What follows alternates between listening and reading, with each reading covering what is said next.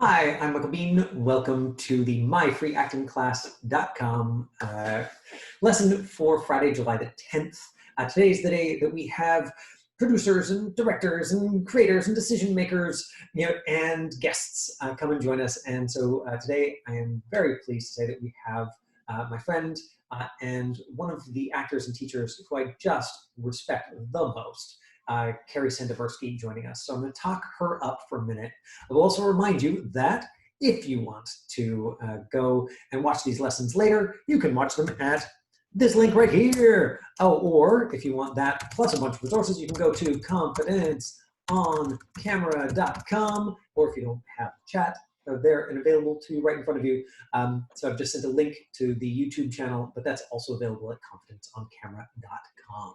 I will be teaching Monday and Tuesday. Kirsten will be teaching Wednesday and Thursday next week. And next Friday, I'm hoping, I've got a producer who's both of her kids have taken my classes before, and I was in one of her movies a couple of years ago. And she's like, I'm crazy busy till Wednesday, but then I'll be able to do the thing. So that would be rad to have a producer who's actively working on something right now, talking about not just like producer life, but like producer in COVID life. Wouldn't that be cool? I also have one of my teachers, because I run a kids and teens acting school as well, is currently working as the lead on a film and is going to be doing that until the 21st of July. And so as soon as that's over, she's going to come in as a guest and talk about what it's like being an actor and being a lead on set in the middle of a global pandemic in BC. So pretty stoked about those guests, and I will give you as much advance notice as possible. I think this week I'm finally going to get a mailing list going. So if you are on the Facebook group, or if I already have your email, then you'll get an email from me saying, go on the mailing list. And then I'll just send you links to these videos and like highlights and stuff. All right. Oh, I got to remember to mute all of you so that nobody's cat interrupts us by accident.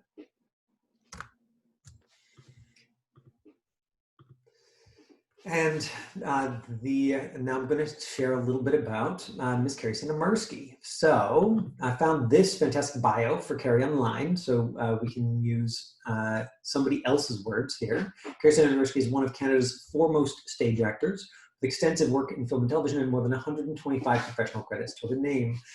Kerry is one of the very small handful of theater actors in Vancouver who doesn't audition much, maybe at all. You'll have to ask Kerry about that. But instead, just like decides which theater projects she is going to accept in the coming year. For the past 6 years, Kerry has been on the Langara faculty at Studio 58, one of the top actor training programs in Canada.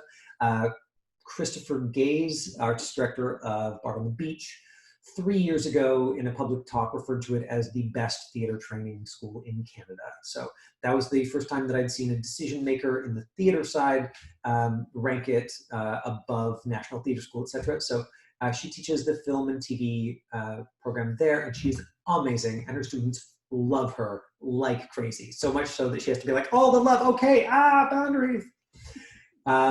Students for her acting for film and television classes have repeatedly nominated her for the college's super professorship, and she remains inactive as mentor for graduates, went to the professional ranks. She teaches at Beatty Street Studios, Vancouver Film School, Biz Studio, Railtown. So she is a totally badass.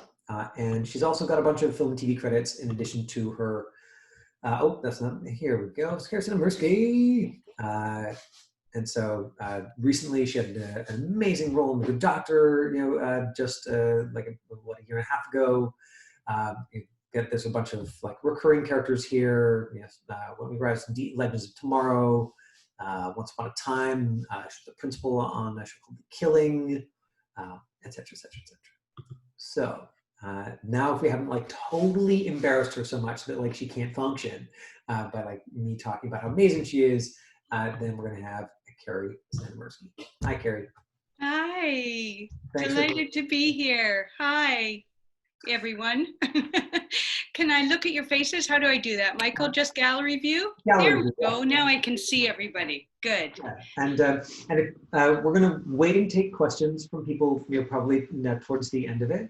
And in the meantime, folks, just a reminder that if you go into the participants menu, you'll be able to see a raise hand button. And if you don't want to stand there like, oh, pick me, pick me, pick me. And this, all you have to do is like click the raise hand button. And then like when me and Kerry are done talking, then we'll be like, oh, questions. Hey, this person's been waiting with their question for a long time now. Kerry, we can enter this, from the being an actor, or being a teacher. One of the things that one of the things that I've been asking everybody, is what does acting in quarantine look like for you? Sort of like what is that? What are you learning about that? What's good about it? What's hard about it? That anything that you want to share from your experience that might be useful for us. Okay, well, hi everyone. It's a delight to be here with you. I have a son who's just turned 19, and he did his first audition yesterday for a big part. And so that was our first time experimenting with our new quarantine setup, our ring light and our backdrop. And it's all an adventure for me because I am a real technological dodo bird. And so even getting the backdrop set up and the ring light going was all quite an adventure. So my learning curve with the technology is high, but I have to say it was so much fun to just get sides and dig into them again. I have been sort of away from it. All my theater work has disappeared for the next year, so there's been a sense of loss about that, and trying to find creative ways to just get my creative yayas out over the past while. I had some kind of uplift when I read a quote by Daniel Day-Lewis, who talked about a lot of work being done in fallow periods. So if you think of a field when it's not planted, laying fallow to replenish itself. I thought that was a nice image for us in quarantine, that we could take this time to do things like watch our favorite actors in their movies, to read scripts, to just walk around the world in maybe a quieter way and rebuild our sense of awe and wonder, to look at things, to be a little bit more, I don't know, internal maybe, and just build up that juice that we need as actors to build up our quality of attention, to build up our listening. I've just been trying to listen to good music, to read poetry, and to pay attention and to kind of hone those qualities, and hope, I really do think that they translate into our work. So that's kind of what it's looked like, kind of a grab bag of things. Beautiful. The folks here who take Kirsten's lessons on Wednesdays and Thursdays, will hear a lot of reflection in that. Kirsten is a big advocate of using poetry, and of finding things that are fill you up with a soulful connection, and Absolutely. then I get to be the voice of all of the fun technical things. There's so much that goes into this thing that we do. Yeah, because so much of our work is maintaining a kind of discipline, so that when the audition comes, we don't have to go from 0 to 100, that we're kind of already priming the pump and priming our imaginations with good books, good poems, lovely acting. I don't know if you've seen Normal People, the series that is on GEM. Young people really doing beautiful acting work. Things like that, taking recommendations from, I'm sure you guys have heard new music lately or read good things. So building community, sharing those resources so that we don't feel alone in this, that we get help from each other, and know that we need each other. Thanks. If I can take us in a slightly different direction, we're just sort of feeding some of these bigger ideas into the group, and then people ask the questions that interest them. Great. But because you are the guest that we've had here in the last, 3.5 months, who has the most theater experience, can you talk a little bit about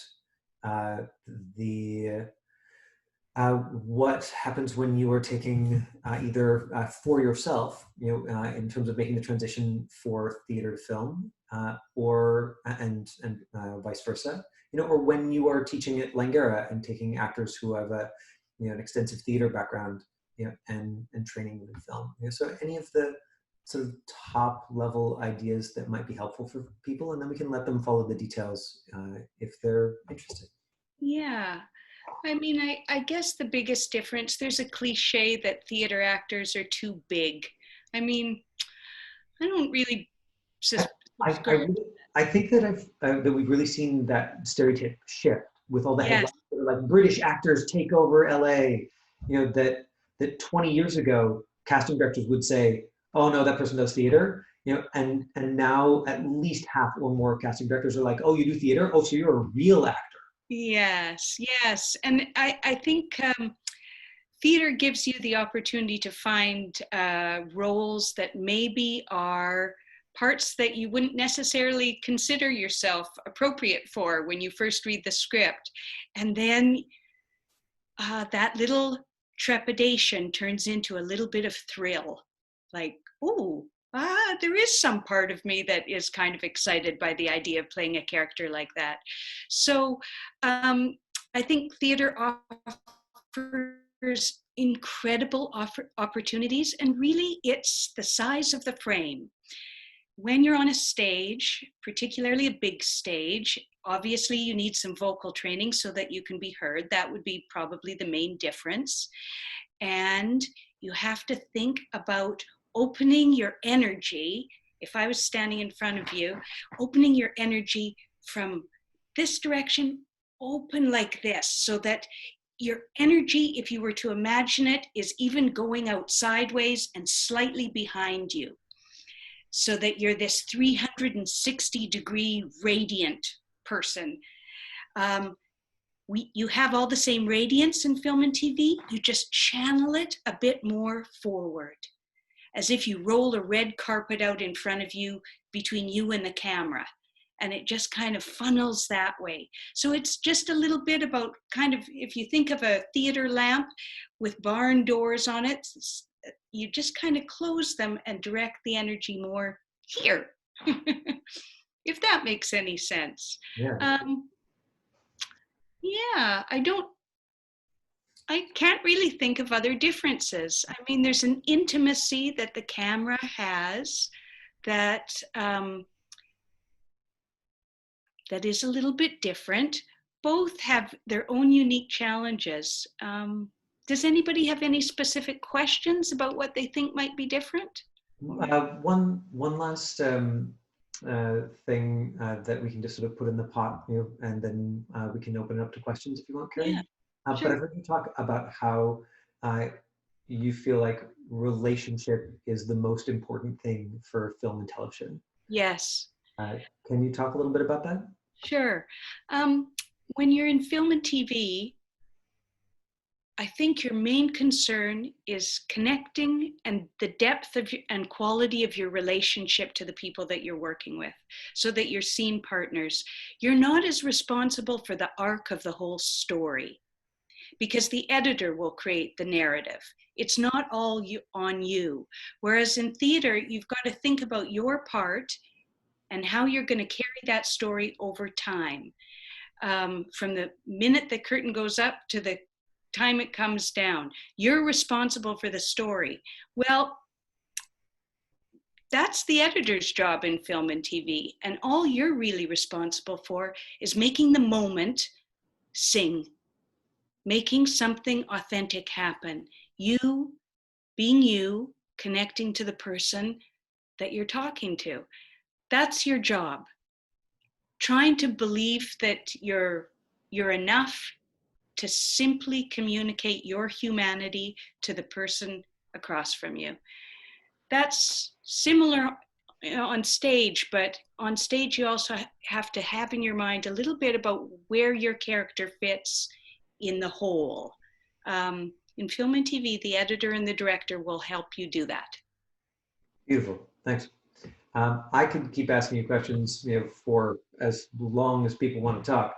But why don't we open it up and see if anybody here has some specific questions. So it doesn't have to be about something that Kerry's spoken to, but what do you want Kerry to talk about? If you don't have a, yeah, great, Joseph, what do you got? Yes, good afternoon. What kind of books do you recommend reading? Like what kind of poetry or authors? Very good question. Here, I'm going to turn you around so you can see the bookshelf. So you can see I'm a big reader, and I have some favorites. I'm going to pull a couple of them out for you because I've got them nearby. If you haven't heard of Mary Oliver, this is a wonderful poet. American poet, recently died, spent a lot of time healing her childhood, which was difficult, by spending a lot of time outside. She spent a lot of time in nature, and you guys might be experiencing this a bit too, finding how important it is to just get outside and walk somewhere beautiful. Well, she really has a line in on the strength that nature can give us. Let me look here. There's a number of series. Let me see if I can find one of them here. Come with me on a little walk.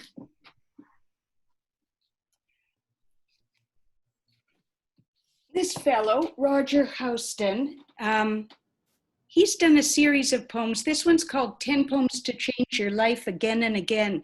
But he has series 10 Poems to Change Your Life, 10 Poems for a Broken Heart, 10 Poems to Cheer You Up, things like that. And I think it's a really lovely series. A lot of American and British poets, but that would be its shortcoming. But well selected, and he has a commentary on the poems. And let's see what else. A great anthology. Let me see if I can see it. Are you getting dizzy with me walking around like this? A little bit, but it's also so personable. And somebody in the comments said how much they loved the fact your books are organized by color. Oh, yeah. Here it is. Let's pull this one out.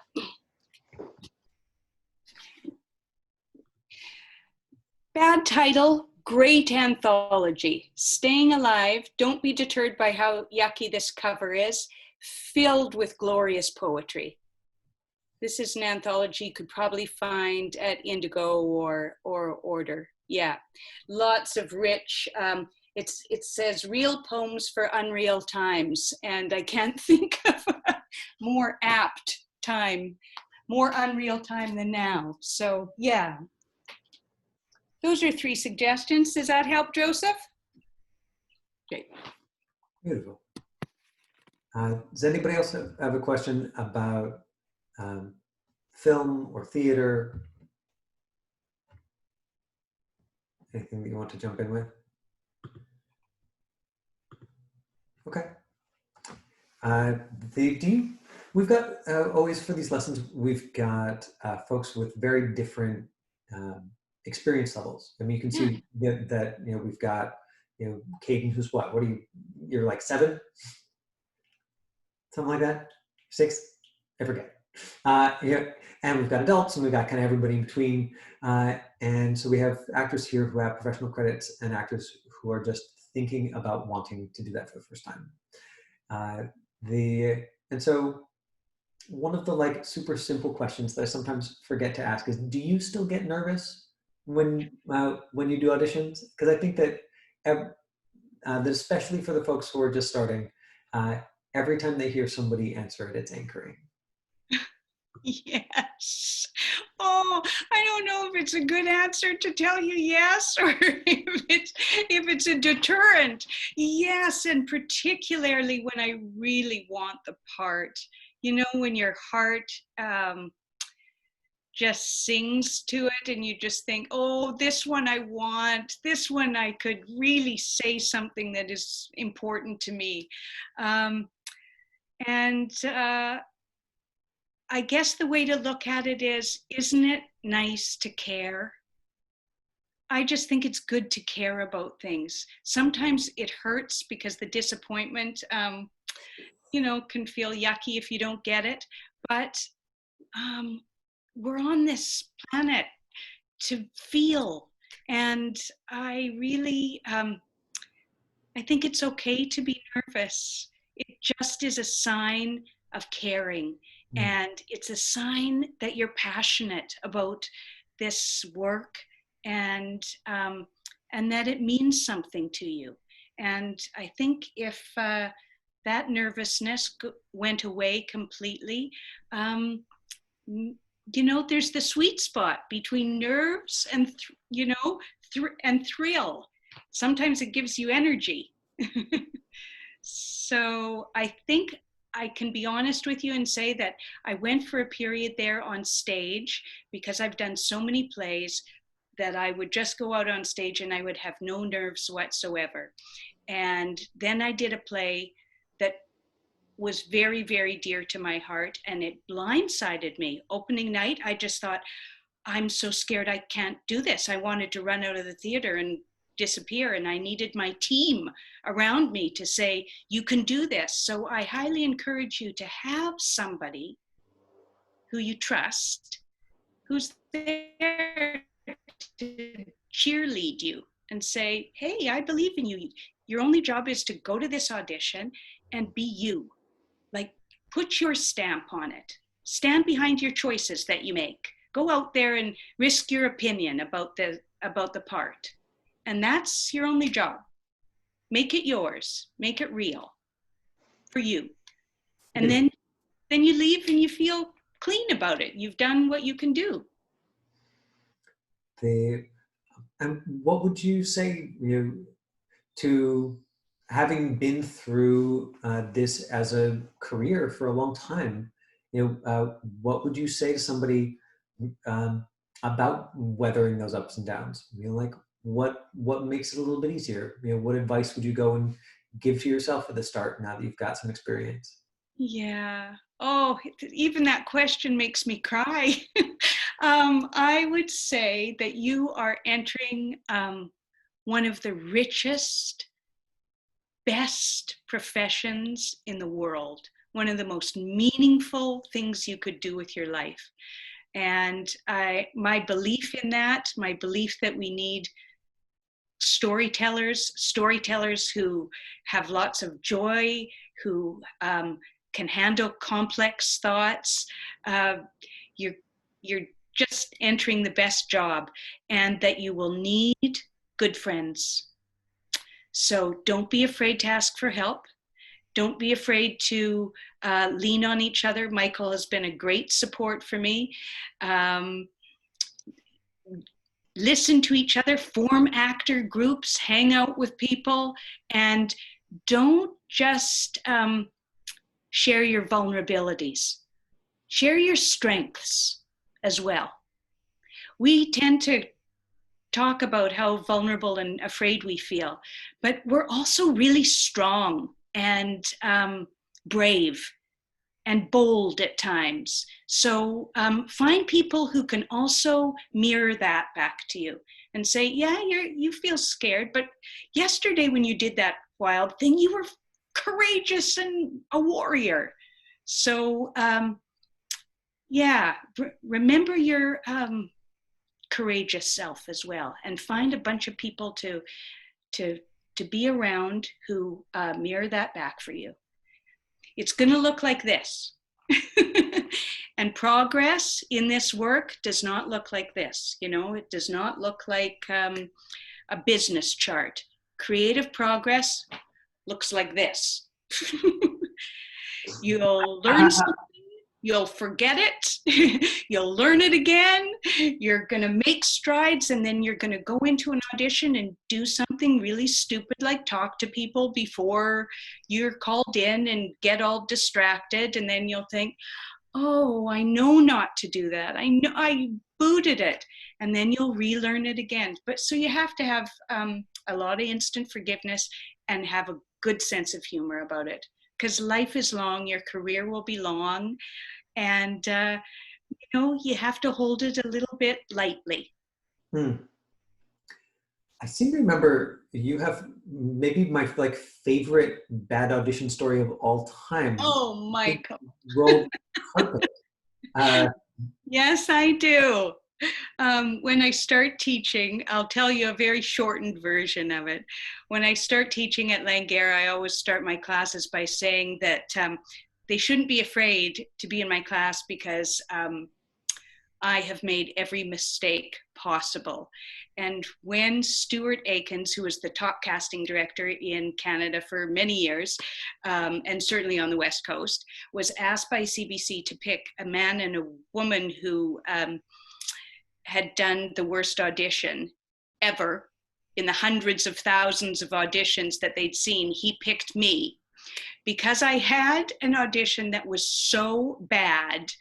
I will just tell you a brief version of it. First of all, I kissed him.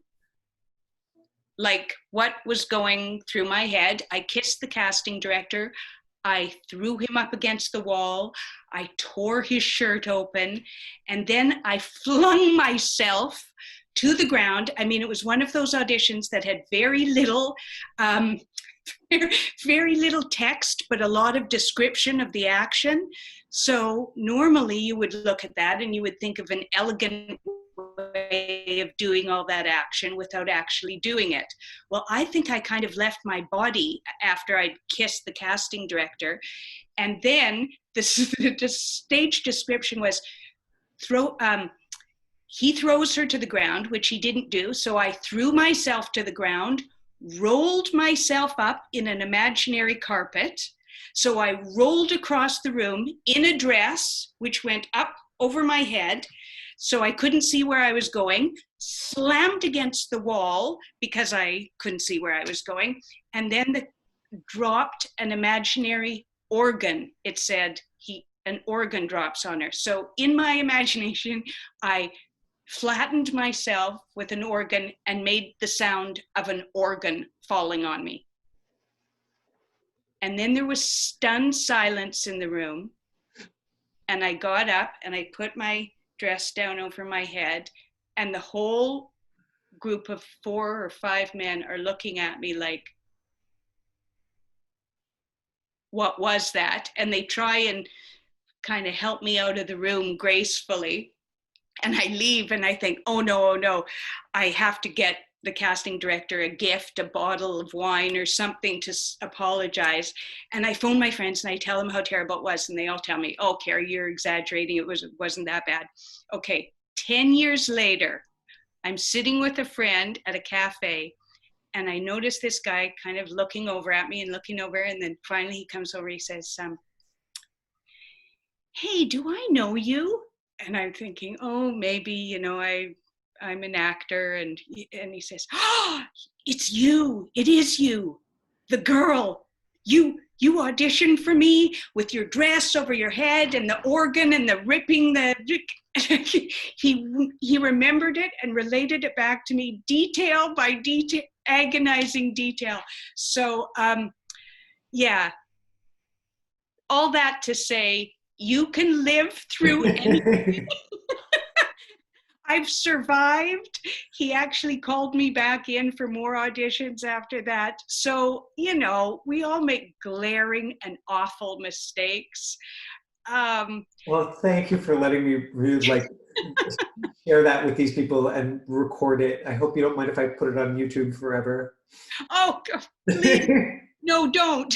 No, don't. Can you just edit that part out? That can be our little secret. Does anybody have a question, for Kerry? We're right at 4 o'clock, so why don't I unmute everybody, because some of especially the younger folks, have other commitments and need to run right at 4. So there, you are. You can now unmute yourselves, I think, and so go ahead and give Kerry some love. Thanks for the class. Bye. Thank you. You're welcome. Thank you. Bye. Take care. Best of luck. Thank you. And then I will just do a last, call it to see if anybody has questions. Okay. It's not a question, but I have a quick comment. Okay. I just wanted to say thank you so much for sharing that story. Being close to your age, I have done a few stupid things in my life, and I just felt this huge sense of forgiveness for myself for them. Because, you kind of hang on to them and you keep thinking about them and thinking about them and beating yourself up for them. And, whenever something sort of similar happens, you beat yourself up again. And I just felt this overwhelming sense of like, well, I won't say it, but F it, just let it go and move on. Like, we've all done stupid things sometimes. Oh, we have. And isn't it good to just know that you've survived it? It's done. Yeah, and you just never think that anybody else does those things. You just think, oh, I'm the stupid idiot that did that. No.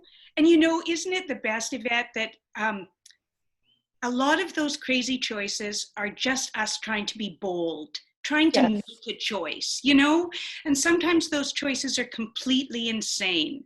But who cares? We're in the creativity business, play. This work comes from play. And I think some of those kind of wacko decisions we make are in the spirit of being like brave. Going for it, right? Like and sometimes you go a little too far. Yes. But you just think of somebody like Johnny Depp coming up with that, his character in Pirates of the Caribbean or something. Like, how would you get bold choices and performances like that without trying it? Yeah, and I always just think like, nobody tells Jim Carrey that he went too far. Exactly. So stop telling me. Joseph, did you have a question that you wanted to jump in? Thank you. Oops. Just one more question. Earlier you said to bring someone to cheer you on. Have you had someone to cheer you on stage? Yes, I've been lucky that I've had really good directors. I've had some really good directors that I feel like they have your back. And a strong director can make you feel that way, and can make you feel that way in rehearsal as well. So that some days, like I was saying, creativity doesn't work like this. Some days you just have a dull day in rehearsal and it feels like you're going backwards. You have no creative ideas. It's just rote. You're repeating the lines. And I have had directors who have come up to me at the end of those days when I maybe could have gone home and felt ashamed of myself or, defeated. And they've said, I'm really sorry. I wasn't creative today. I couldn't find a way to help you, and really shared the responsibility. So I think we have to think of a lot of what we're doing as a dialogue, as we're in this together, and that we don't have to be perfect. I think our culture is kind of being, Instagram world where everything looks perfect and you see finished products and beauty and everything. Well, we're all messy. And we're all just trying to get there, and we can't get to a finished thing before we experiment and play. So yeah, I've had certainly my partner, my son who understands what being an actor is, friends like Michael, and it helps just to, see faces like you guys and to know that we're all interested in this job and trying to figure out the best way to get ourselves brave enough and trust ourselves enough to keep at it. Beautiful. Linda. Hi. Hi. I was just wondering about, I see there's still some young folks here hanging out for questions. What about the times when things are slow or a little dry? I remember years ago one very attractive young lady just out of theater school, and I haven't had a booking in 3 months, and she'd been acting for less than a year, and I'm like, oh really? and also in addition to that, so for the slow times and also the post-production blues, like when I was involved in theater, the day after the final night, there was like 5 o'clock comes around, it's like, oh, I should be someplace. And it's like, no, I don't need to be any place. So what to do now? Yeah. Yes. Yeah. Well, two different answers there. I know that come down after you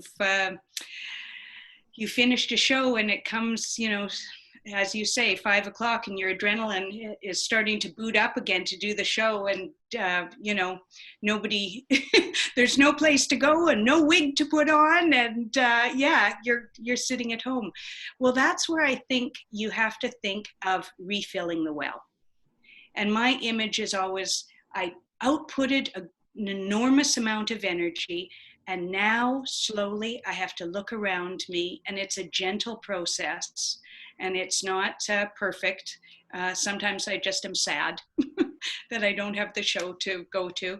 But to start to kind of look around me and think, when I was doing the show, and this often happens to me when I'm in the terrible weeks of rehearsal, I look at people reading novels in cafes and go, oh, must be nice for you sitting around reading a novel where I've got, 5 monologues to learn. And then I remember I'm that person now, so that I should sit in the cafe and read the novel and take advantage of, our grass is always greener on the other side mentality. So that kind of thing. And I make sure I do really good self-care. I write a list of things that I love that sustain me, and I actually make myself be kind of disciplined to work that list. So if I often do things like I'll write a list of 20 things that I loved to do as a kid.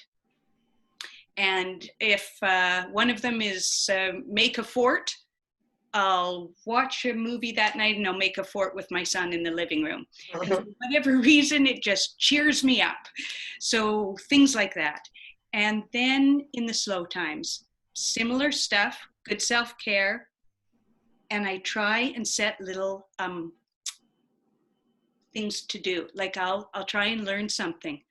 I'll read some plays. I'll try and get myself a project to do. I'll sit around with a bunch of people and read a play. I'll look for things that I can do to create my own work.